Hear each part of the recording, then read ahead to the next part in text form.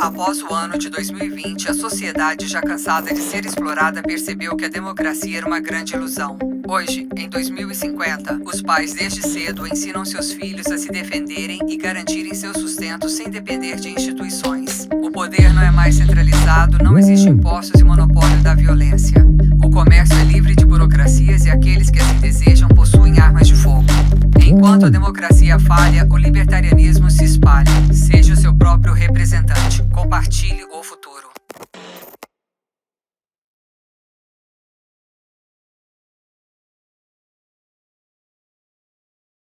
Nesse mundo, há lugar para todos.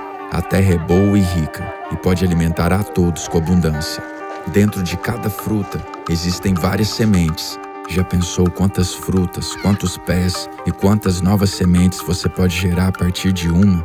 É incrível. O poder de multiplicação está dentro de cada alimento, de cada ser. A verdade é que a natureza é próspera e todos nós nascemos da união de dois seres que se uniram e se amaram. Somos a materialização desse amor e no fundo sentimos uma imensa felicidade quando conseguimos ajudar o próximo. Mas um grupo, envenenado pela ganância, resolveu preencher o vazio de suas almas através da exploração do seu próximo. Material apreendido. Eles são o sentimento de milhões de brasileiros os verdadeiros inimigos da humanidade. que vive sob o império da ditadura do Supremo Tribunal Federal. A maioria das pessoas não sabem, mas tudo começou com um pequeno grupo. Pessoas comuns, mas que tinham a arrogância de se considerarem semideuses e se autoproclamavam reis, faraós e imperadores e utilizavam o poder das armas para prender e tirar a vida daqueles que se opunham às suas regras, que sempre visavam gerar mais controle para se perpetuarem em posições de poder. Exploravam seus povos e tomavam todas as riquezas para si próprio, fortalecendo seus exércitos para que ninguém pudesse ameaçar sua soberania. É por isso que, ao longo da história, todas as classes dominantes sempre dificultaram o acesso às armas e faziam propagandas para estimular o desarmamento da população. O motivo disso nunca foi a paz. Tudo o que eles queriam era garantir o monopólio da força somente para os seus grupos, para que ninguém pudesse ameaçar a sua tirania. E por mais que muitos digam que era melhor que não existissem armas, o fato é que existem mais de 1 bilhão delas no mundo, e elas não vão simplesmente sumir. A questão é entender que se apenas um pequeno grupo tiver o domínio delas, esse grupo vai, sem dúvida nenhuma, ameaçar a liberdade dos demais. A centralização e monopólio da força sempre resultou na tirania e no abuso de autoridade. Por outro lado, se todos aprenderem a se defender, aqueles mal-intencionados terão sempre um motivo a mais para pensar antes de querer abusar de alguém que esteja em aparente desvantagem ou fraqueza. Antigamente, era difícil manter o controle da população, que constantemente se revoltava contra a tirania de seus líderes. Com isso, as classes governantes, que sempre se impunham através da força, perceberam que precisavam de um mecanismo mais sofisticado para conter uma possível revolta. Afinal, eles sempre foram minorias em números e precisavam dar aos seus escravos uma falsa sensação de liberdade e poder de decisão. Essa era a maneira mais inteligente de manter seus escravos sob controle sem se rebelarem. Só assim poderiam continuar com seus crimes. Esse modelo de exploração centralizava o poder e recursos na mão de poucas famílias que se tornavam muito poderosas. Essas elites mafiosas tinham muitos recursos, o que os davam tempo e condição para persuadir e corromper os mais talentosos homens de suas épocas, atraindo grandes pensadores, artistas e estudiosos para trabalharem de acordo com suas intenções e proliferar seus valores em todos os setores da vida humana. As pessoas não se dão conta que, independente do nome, do sistema, da figura ou personagem que parece assumir a liderança de uma região ou movimento, ele nem sempre tem uma autonomia real. No fundo, aqueles que estão no controle das leis, do sistema de ensino e da economia local são os verdadeiros detentores do poder de manipulação das massas. Vivíamos em um tempo em que essas elites mafiosas chamavam suas organizações criminosas de Estado. O Estado era uma versão atualizada de controle, arquitetada pelas antigas máfias governamentais. Afinal, o poder e o conhecimento para manipulação sempre foram passados como heranças de pais para filhos e acumulado entre poucas famílias. O Estado, para garantir sua existência, regulamentava o conteúdo do seu sistema de ensino, para fazer uma verdadeira lavagem cerebral em seus alunos desde muito novos, conduzindo a todos na falsa ideia de que tudo se transformaria em caos e conflitos, caso não existisse um órgão supremo chamado Estado. Todos deveriam assumir um posto de trabalho dentro desse sistema feudal moderno e aprender o mínimo necessário para operar máquinas e executar funções sociais com baixo senso crítico. As escolas formavam um falso senso coletivo, que destruía as noções básicas dos direitos individuais do ser. Tudo o que eles queriam era uma classe de trabalhadores e consumidores que pagassem seus impostos e jamais questionassem a legitimidade disso. Eles criaram um sistema ilusório onde as pessoas acreditavam que participavam da formação do Estado, mas na prática o povo não interferia no que realmente interessava. Desde o início, as leis foram moldadas para servir à máfia do Estado e proteger os interesses de seus representantes. O nome desse modelo era chamado de democracia.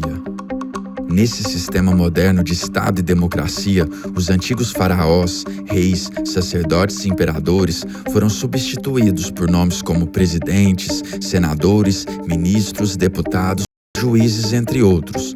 Na democracia, usavam como base um conjunto de princípios éticos e morais que chamavam de Constituição, que na prática tinha menos serventia que papel higiênico. Eram apenas textos que nunca saíram do papel. O governo era o primeiro a violar todos eles.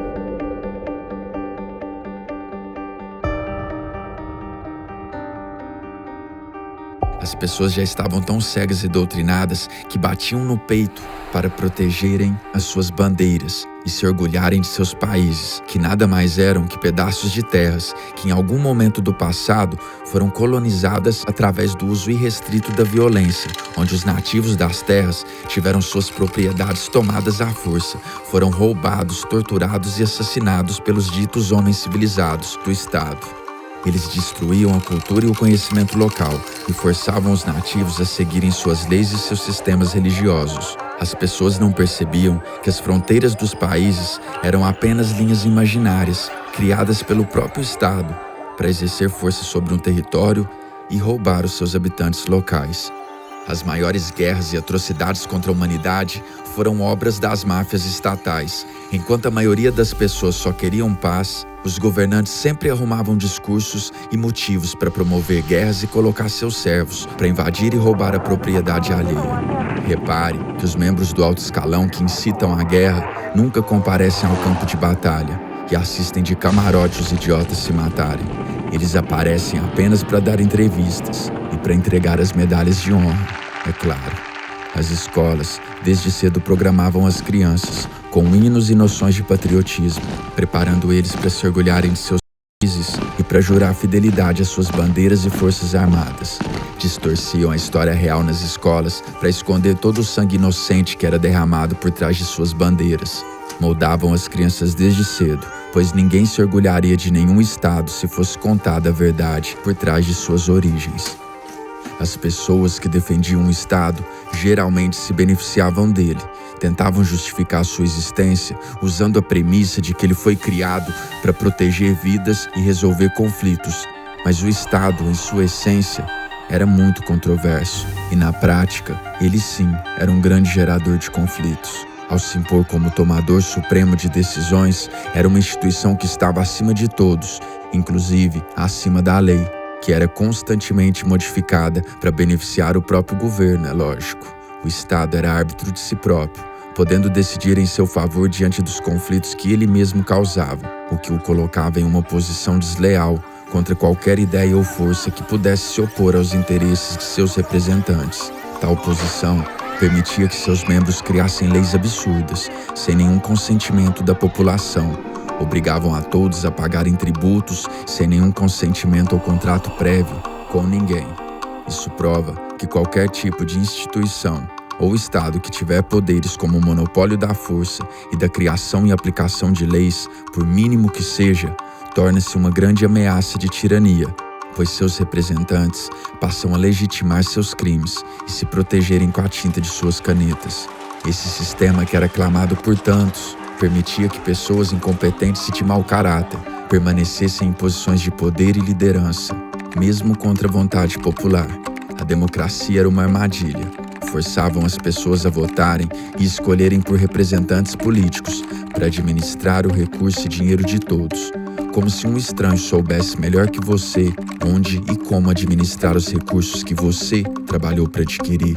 Eles manipulavam dados eleitorais e lançavam estatísticas mentirosas nos meios de comunicação para moldar a crença das pessoas e programar o comportamento delas. A natureza do Estado era agressiva e não defendia ninguém a não ser a si próprio. Sem dizer que os governantes do mundo todo acobertavam o maior esquema fraudulento contra a economia popular, que era o sistema de reservas fracionárias dos bancos, permitindo que bancos imprimissem e emprestassem dinheiro, sem nenhum lastro real.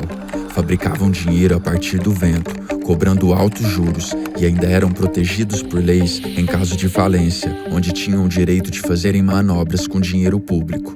Todos os bancos centrais faziam parte desse esquema de corrupção, um verdadeiro assalto à humanidade, que se sacrificava em busca de dinheiro, enquanto o Estado e os banqueiros exploravam sua ignorância sem nenhuma punição. Ao invés do comércio ser livre e obedecer à ordem natural de oferta e demanda, o Estado e seus bancos imprimiam dinheiro de forma irresponsável e criminosa, que inflacionava o sistema de trocas e diminuía o poder de compra da população. Manipulavam a economia de acordo com seus interesses corporativos. Eles causavam os problemas e crises e em seguida pousavam como os detentores da solução. A hipocrisia reinava. Os grandes veículos de comunicação eram usados para separar e manter os povos desunidos. Os governantes adoravam isso. Usavam a mídia e as escolas para levantar discussões de classes e grupos, que no final desencadeavam muitas discussões rasas entre as pessoas que brigavam umas com as outras por partidos políticos, times de esportes e bandeiras de grupos e classes. Existiam nomes para tudo. De um lado, a turma da esquerda contra a direita, e do outro, brancos contra pretos, gays contra héteros, feministas contra machistas, e mais um monte de causas que o próprio sistema político tinha interesse em estimular. Para eles, qualquer discussão valia, desde que ninguém questionasse a legitimidade do Estado e do seu sistema econômico fraudulento. Essa era a única discussão que realmente incomodava os governantes, que mantinham seus servos distraídos com causas menores, para que fossem incapazes de ver a realidade do sistema. Os impostos eram uma forma dos parasitas políticos roubarem a todos. Enquanto as pessoas se esforçavam para trocar produtos e serviços umas com as outras e conquistar clientes oferecendo qualidade e preço, o Estado gerava seu lucro através de tributos. Sendo assim, ele não tinha o mínimo estímulo de melhorar o serviço que prestava, afinal, ele não precisava competir no mercado. Seus lucros já estavam garantidos por meio da cobrança de impostos. Apelidavam seus servos de contribuintes, apesar de que não havia nenhum tipo de contribuição voluntária, e sim imposta. A maior habilidade dos agentes públicos era em dificultar a vida das pessoas. Criavam um monte de burocracias, taxas e regulamentações que dificultavam principalmente os menos favorecidos de terem o direito de trabalhar e comercializarem seus produtos e serviços, criando obstáculos ao invés de deixar a economia seguir seu rumo natural de oferta e demanda, onde naturalmente as pessoas escolhem onde querem gastar os seus recursos e aqueles que oferecem bons serviços prosperam com suas ideias. Além de pagar imposto o ano inteiro, no final de cada ano, todos deveriam prestar contas e fazer declarações de tudo para a máfia do governo. Alguns regimes de algumas nações eram ainda mais severos. Existiam comunistas, socialistas e nações que se proclamavam capitalistas democráticas. Mas repare que existia algo em comum em todas elas: a cobrança de impostos, que centralizava sempre o poder na mão de poucos. E sim, havia alguns conflitos entre as máfias estatais, mas muitos desses conflitos beneficiavam os seus líderes de forma particular, que pouco importavam com os danos causados a terceiros. Inclusive, alguns desses conflitos eram causados para promover interesses mais ocultos e fusões corporativas.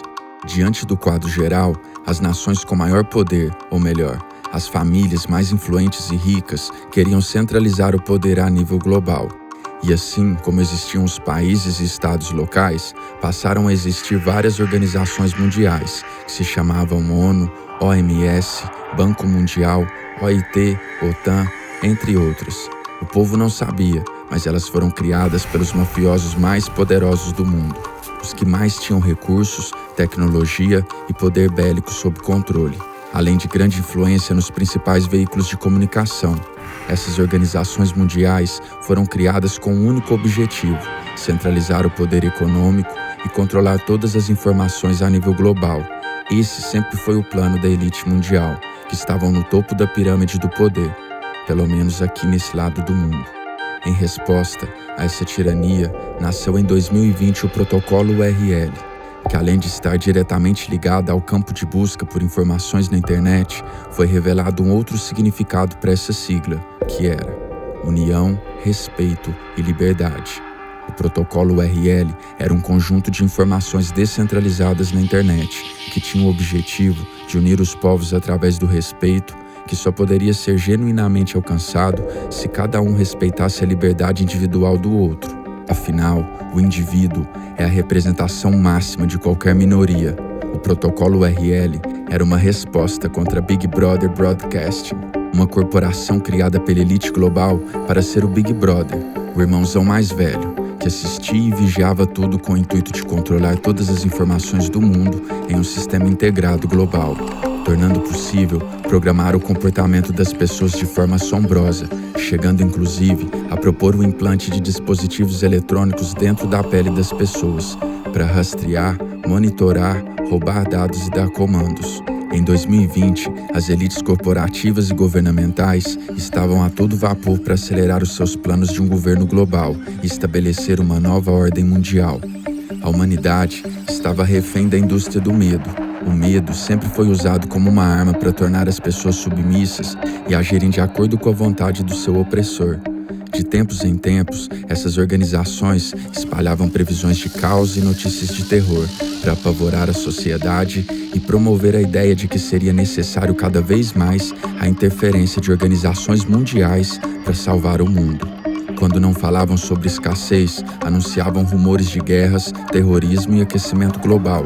Eles propagavam a histeria popular com notícias de doenças de tempos em tempos, para que as pessoas ficassem com muito medo e obedecessem de forma cega às medidas de emergência que esses cenários criavam para os seus governantes, para fazerem movimentos econômicos e minarem os cofres públicos, além de ajustes nas leis conforme suas agendas. Em 2020, o povo já estava cansado de ser explorado. O Big Brother avançava colocando câmeras por toda parte, faziam testes de obediência, obrigando as pessoas a usarem máscaras e proibindo elas de direitos básicos, como o direito de ir e vir.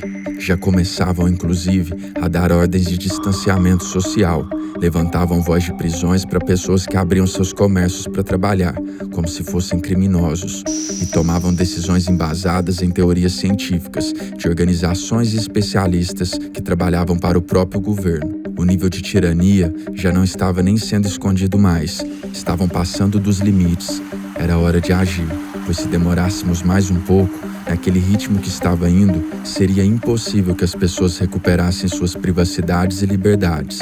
Estavam eliminando de vez a percepção das novas gerações do que é ser livre e ter o direito de escolher como conduzir a sua própria vida. Estavam tentando desesperadamente censurar e ter o controle total da internet. O povo começou a enxergar o verdadeiro inimigo e o Protocolo URL iniciou um movimento de libertação da consciência de milhões de pessoas, que se espalhou através da arte, que revelava de forma clara e simples o que as pessoas precisavam saber sobre o Estado e como deveriam agir para se libertarem dessa condição. O sistema, tal como era, não começou do dia para a noite e nem poderia ser eliminado num piscar de olhos. Ele só podia ser quebrado de uma forma. Seria um processo gradativo, onde as pessoas só precisavam seguir 3 passos para garantir que ele não continuasse se fortalecendo. O primeiro passo foi parar de financiar o Estado, através de impostos e multas. O povo entendeu que somente mexendo nos cofres públicos, a máfia estatal entraria em colapso, e só assim iam começar a mostrar serviço de verdade. A população estava sonegando ao máximo que podiam, Gradativamente, começaram a utilizar cada vez mais outros tipos de moedas, como o Bitcoin e outras criptomoedas que já eram formas modernas de fazermos transações financeiras de forma mais barata, mais rápida e segura, tendo em vista que são mecanismos descentralizados e não estão tão vulneráveis à manipulação e interferência como as moedas dos bancos estatais. À medida que o Estado foi perdendo força, suas instituições foram quebrando e os seus serviços foram sendo adquiridos por iniciativas privadas, que visavam conquistar consumidores com qualidade e preço acessível, eliminando os parasitas políticos no meio do processo. Ninguém mais pagava por serviços impostos, e se o serviço fosse ruim, ele simplesmente deixava de existir por falta de demanda. Com a tecnologia e acesso à informação, foi ficando claro o quanto o Estado se tornava cada vez mais obsoleto. Já tínhamos tecnologia suficiente para nos conectarmos uns com os outros e trocarmos serviços e produtos, sem a presença dos parasitas no meio das transações. A mamata dos parasitas estava chegando ao fim. O segundo passo que o povo começou a pôr em prática foi parar de votar. Após as pessoas acordarem, ficou claro para todos que isso era uma grande ilusão e que os partidos políticos eram faces de uma mesma moeda. O povo parou de votar e resolveu tomar as rédeas de suas vidas, e o Estado não podia fazer nada em relação a isso, pois se juntássemos todos os militares, políticos e chefes de redação dos principais veículos de comunicação, eles não representavam nem 1% da população. Era impossível conter a desobediência do povo unido. Além de não fazer sentido prender todos que negavam o ato do voto e de pagar multas por algo que nem sequer existia um contrato, nem prisão existia para prender tanta gente. Eram milhões de pessoas fazendo isso ao mesmo tempo. O sistema jamais seria corrigido com representantes dentro do próprio sistema. Era um movimento bonito de se ver. Aquele ato de desobediência civil era um direito de todos que já estavam cansados de serem roubados pela máfia do Estado. Era um ato ético e moral, ao contrário do que a mídia tentava dizer. E pela primeira vez, o Estado começou a sentir que não tinha mais o controle. Nesse momento ficou claro que o Estado não é capaz de nada, sem o dinheiro e a fé das pessoas em seu sistema. O Estado não produz nada. Essa sim era uma forma não violenta de abalar a ordem pública, mostrando união e a capacidade do povo de não obedecer a leis que não os levam em consideração. As pessoas continuavam suas atividades normalmente, ignorando o governo com seus boletos e impostos. Os militares e servidores públicos das bases também faziam parte do povo, e todos estavam unidos se ajudando para enfraquecer o poder do Estado e de sua classe dominante. E o terceiro, e não menos importante, era garantir o poder de se defender e portar armas de fogo para proteger a sua família e sua propriedade. Enquanto apenas um grupo portar armas de fogo, viveremos em uma sociedade controlada por esse grupo. As milícias são uma versão artesanal do Estado, que atuam pelos subúrbios das cidades. Sua natureza é a mesma do Estado. Praticam a coerção, violência e imposição de regras. A diferença é que o Estado comete seus crimes numa escala industrial e emite certificados para dar a falsa sensação de legitimidade em suas ações. Foram através desses 3 passos que hoje vivemos em uma sociedade mais livre, respeitamos o princípio da não agressão e sabemos que a liberdade termina onde começa o direito de liberdade e vida do outro. A economia é controlada pela lei natural de oferta e demanda. O conhecimento e a tecnologia nos permitem trocar produtos e serviços sem ladrões intermediadores. Temos tribunais privados que funcionam de forma muito mais eficiente e rápida e que agradam o senso de justiça popular. Hoje, nenhuma instituição possui um monopólio da força e coerção. Temos empresas que oferecem serviços de segurança que competem normalmente no mercado e que podem ser trocadas a qualquer momento. O comércio é livre e não existe mais aquele tanto de burocracias. A cultura não é mais moldada de forma centralizada e as pessoas decidem por suas vidas. A centralização do poder desequilibra o curso natural da vida e criação e faz com que a sociedade se sinta oprimida e injustiçada. Hoje, a humanidade entendeu que antes de buscar o secundário, é importante ser independente no que é essencial.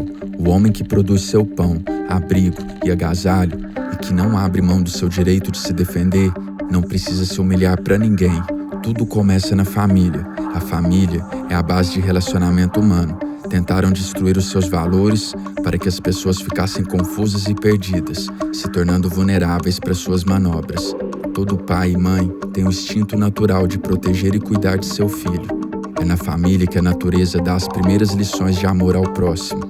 Aqueles que querem agredir e atacar por ganância não representam a humanidade em sua totalidade, e nos dias de hoje eles nem duram muito tempo, pois todos são livres para se defender. Não existe respeito legítimo onde não se tem liberdade, nem tampouco pode existir união onde não se pratica o respeito. Isso é o protocolo URL. Existem dois poderes que sempre estiveram nas entranhas da sociedade humana: o poder do conhecimento e o poder das armas. O conhecimento é sempre o melhor caminho. Um bom diálogo pode resolver tudo, mas se você ignorar o poder das armas, certamente será oprimido por aqueles que as colocam na frente da razão. Não abra mão de ser o seu próprio representante. Você não precisa ser escravo de ninguém. Tenha coragem. Defenda sua família e sua liberdade. Isso é sagrado.